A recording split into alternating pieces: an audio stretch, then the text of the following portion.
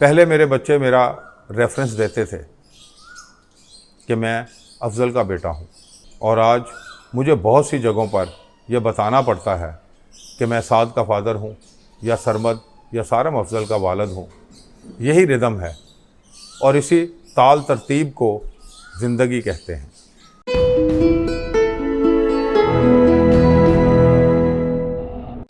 اعوذ باللہ من الشیطان الرجیم، بسم اللہ الرحمن الرحیم۔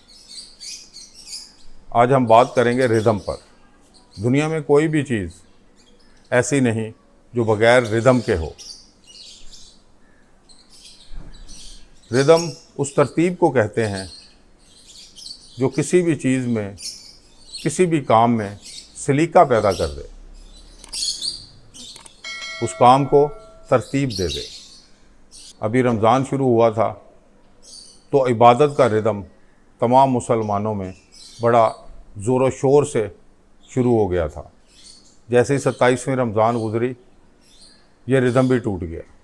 حالانکہ رمضان میں ردم آتا ہی اس لیے ہے کہ ہم اللہ کو راضی کر سکیں، ہم اللہ کے قریب ہو سکیں۔ لیکن جیسے ہی 27ویں رمضان آئی تو مسجدوں میں بھی رش کم ہو گیا، ہمارا یہ ردم ٹوٹ گیا، جبکہ یہ ردم ٹوٹنا نہیں چاہیے تھا۔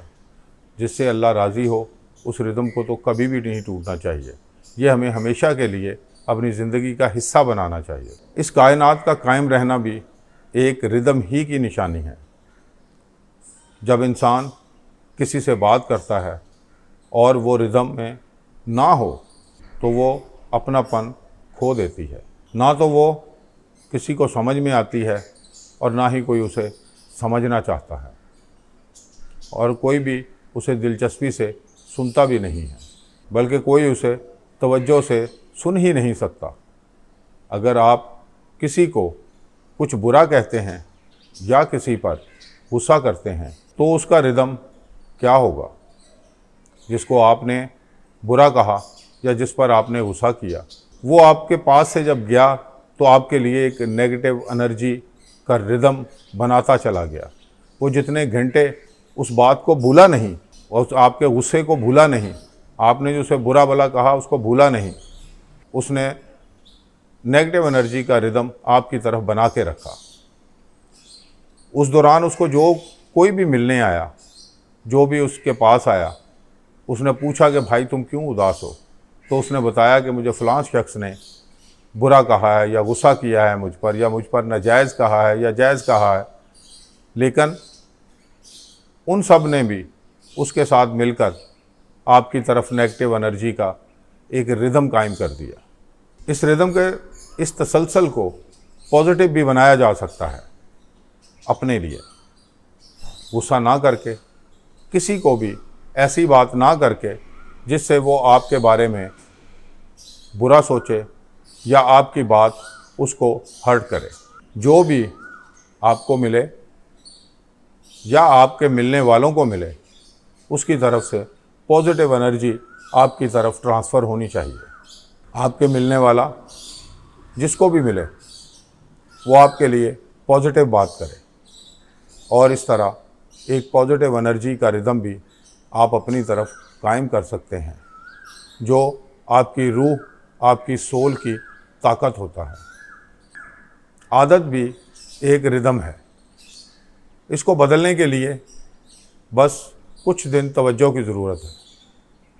دوسرے کا درد سمجھ میں آ گیا تو آپ کی طرف سے اس کے لیے خود بخود دعا نکلنا شروع ہو جاتی ہے، اور یہ بھی قدرتی ردم ہے۔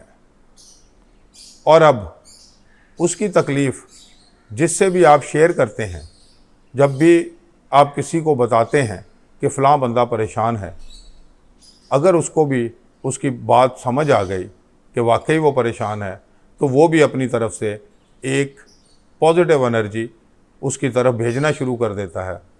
قدرتی طور پر ایک پازیٹیو انرجی اس کی طرف جانا شروع ہو جاتی ہے، اور اس کی تکلیف کا یا تو اس کو حل مل جاتا ہے یا وہ اس تکلیف کو قبول کر لیتا ہے۔ یہ بھی ایک ردم ہے۔ پہلے میرے بچے میرا ریفرنس دیتے تھے کہ میں افضل کا بیٹا ہوں، اور آج مجھے بہت سی جگہوں پر یہ بتانا پڑتا ہے کہ میں سعد کا فادر ہوں یا سرمد یا سارم افضل کا والد ہوں۔ یہی ردم ہے اور اسی تال ترتیب کو زندگی کہتے ہیں۔ بہت سارے لوگ اگر بات کر رہے ہوں تو بہت شور ہوگا، مگر کسی کی کوئی بات سمجھ نہیں آئے گی۔ اگر ترتیب سے سب بات کریں گے تو یہ بات کرنے کا طریقہ بھی ردم ہی کہلاتا ہے۔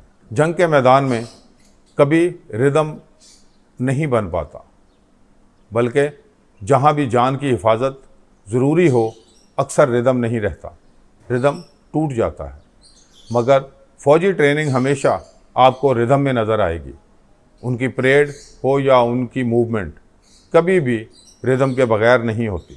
کاروبار بھی وہی ٹھیک چلتا ہے جو ردم میں ہو، مطلب جس میں صبر ہو، ترتیب ہو۔ جب کبھی آپ کاروبار میں کسی بھی قسم کی بے ترتیبی کریں گے آپ الجھ جائیں گے۔ جہاں ردم سے ہٹ کر آپ نے کچھ کیا آپ کا کاروبار ڈسٹرب ہو جائے گا۔ غریب آدمی کا ردم بہت آسان ہوتا ہے کیونکہ وہ صرف اپنے محلے داروں اور اپنے جاننے والوں سے مقابلے میں امیر ہونا چاہتا ہے، اور وہ محنت مشقت سے اتنا امیر ضرور ہو جاتا ہے کہ وہ اپنے محلے دار، جاننے والے، رشتہ داروں میں نمایاں ہو جائے، مگر وہ اس ردم سے نکل جاتا ہے، وہ اس مقابلے کے ردم سے نکل جاتا ہے جو اس کو مقابلے میں کھڑا رکھے ہوئے تھا۔ اس کا ردم ٹوٹ جاتا ہے جب وہ دوسروں کی دولت دیکھتا ہے جو اس سے بہت زیادہ ہوتی ہے۔ اس سے پہلے اس کو ان بہت امیر لوگوں کی دولت کا نہ پتہ تھا اور نہ ہی اس سے کوئی غرض تھی۔ جب وہ اس دوڑ میں شامل ہوا تو اسے پتہ چلا کہ میں کتنا غریب ہوں۔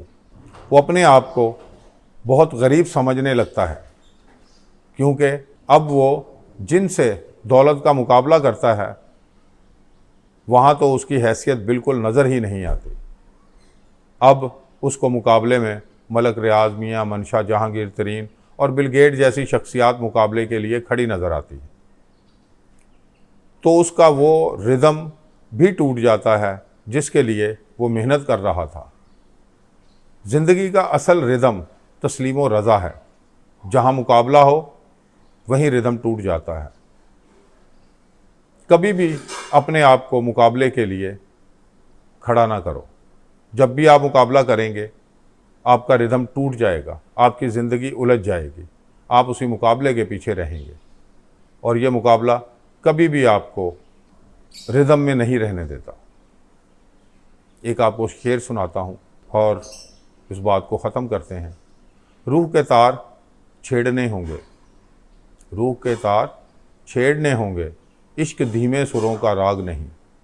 تو اسی طرح مقابلہ کرنا کوئی اچھی بات نہیں ہے۔ مقابلہ اپنے آپ کے ساتھ کرو، مقابلہ اپنے ساتھ ہی اچھا لگتا ہے۔